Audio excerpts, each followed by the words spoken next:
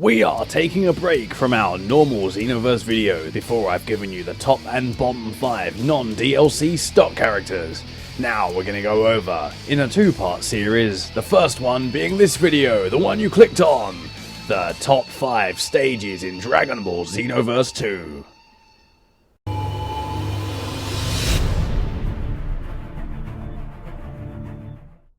Starting things off, my 5th favourite stage in the game is the Future Ruins map. The map introduced in DLC 4, I believe, with Fusamasu and Super Saiyan God Super Saiyan Vegito, coming straight off the end of the Future Trunks / Zamasu arc in Dragon Ball Super. Yes, an awesome map, because one, it has an awesome background, it is a very, very cool map. And, I mean, the only reason it's not higher is because it's a bit gloomy and depressing, let's be honest, but that kind of works in its favour. It's a nice, flat area. It's got really cool background as well, all the destroyed buildings and things, and the sky's really cool. And in general, it's just a really nice looking map for what it's trying to be, which is a mirror of the anime, and it does that really well. There's the odd little thing on the floor, like something, you know, I think there's 1 or 2 cars that can explode or something like that. I can't remember exactly, but there's not really anything that's going to obstruct your movements in this map. It's a nice big circular map with an awesome background, with a few little things here or there in that you can probably explode and that kind of thing. But in general, it's a really functional map for fighting, which you want in a fighting game, let's be honest. Functional maps for fighting should be the #1 priority, and they should look nice after that. Because really, that's kind of the whole point of fun gameplay, it's not to make it look nice. How many times have you played a game over and over because it looks nice instead of playing nice? Probably not very often. If you do, whatever. But for me, I'm not one of those people. So my number 5 map is the Future Ruins map.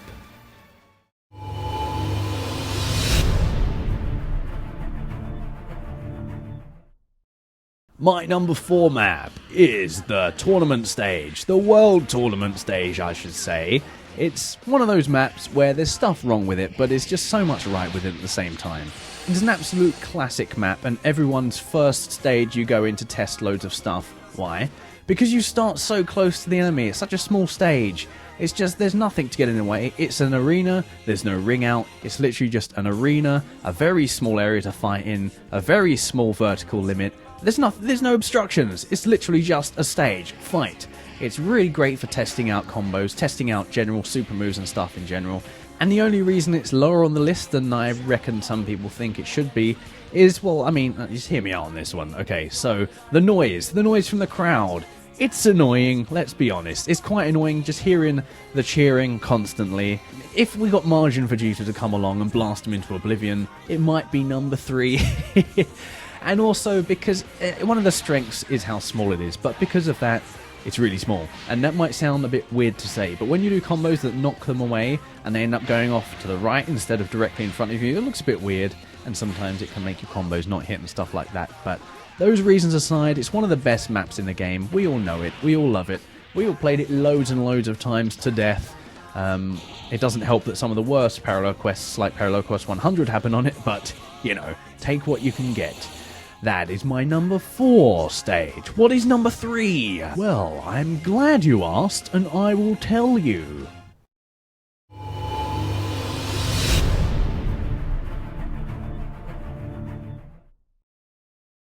My 3rd favourite map to fight on is also a variation of the World of Mind Control, and it's where you fight off against Deborah at the end of the Infinite History saga in the game.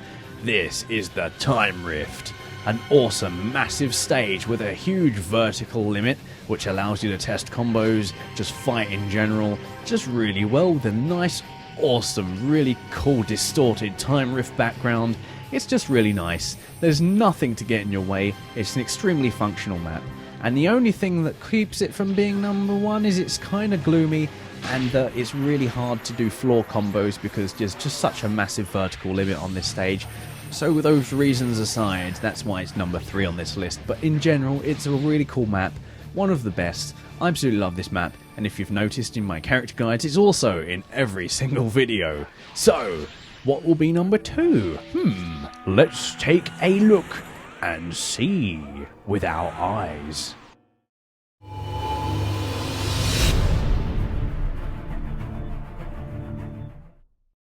My number 2 most favourite stage is one of the newest, if not, no, it's the newest stage, the Tournament of Power map. I really enjoy this.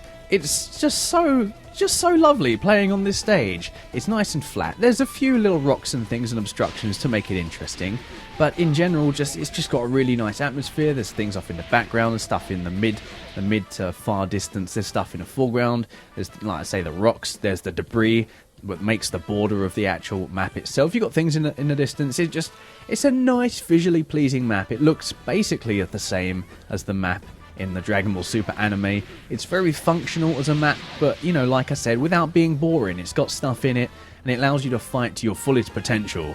But also it's kind of nice that it doesn't limit you just to walking and running like the actual stage. Could you imagine if it was just the normal Tournament of Power rules and you couldn't fly? That would probably be pretty interesting, but get old quite quickly. But anyway, without waffling on for too long, the Tournament of Power stage is one of my most visually pleasing, highly functional, and just in general, very, very enjoyable maps to play on in Dragon Ball Xenoverse 2. What will be number 1? Let's find out.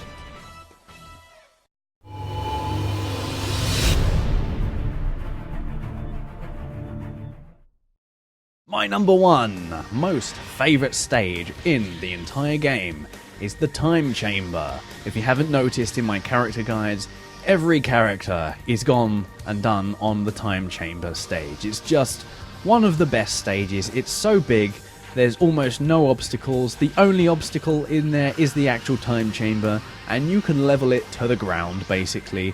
There's so many nice things about this map. It's so visually pleasing to look at. The nice visuals off in the distance, just the way it's nice and clean, it's nice and bright, and it's easy to see what you're doing, and it's just a really nice open stage without really any obstructions to allow you to fight to your fullest potential. And really, I mean, it's not boring, because it's not just a single flat world. It's got stuff going on. You've got the nice auras in the distance, you've got the Time Chamber itself, like I said. You've also got the steps in front of the Time Chamber, you've got the hourglasses next to it as well. It's just a really nice, visually pleasing map. It's extremely functional, and that is why it is my number 1 most favourite stage in Dragon Ball Xenoverse 2.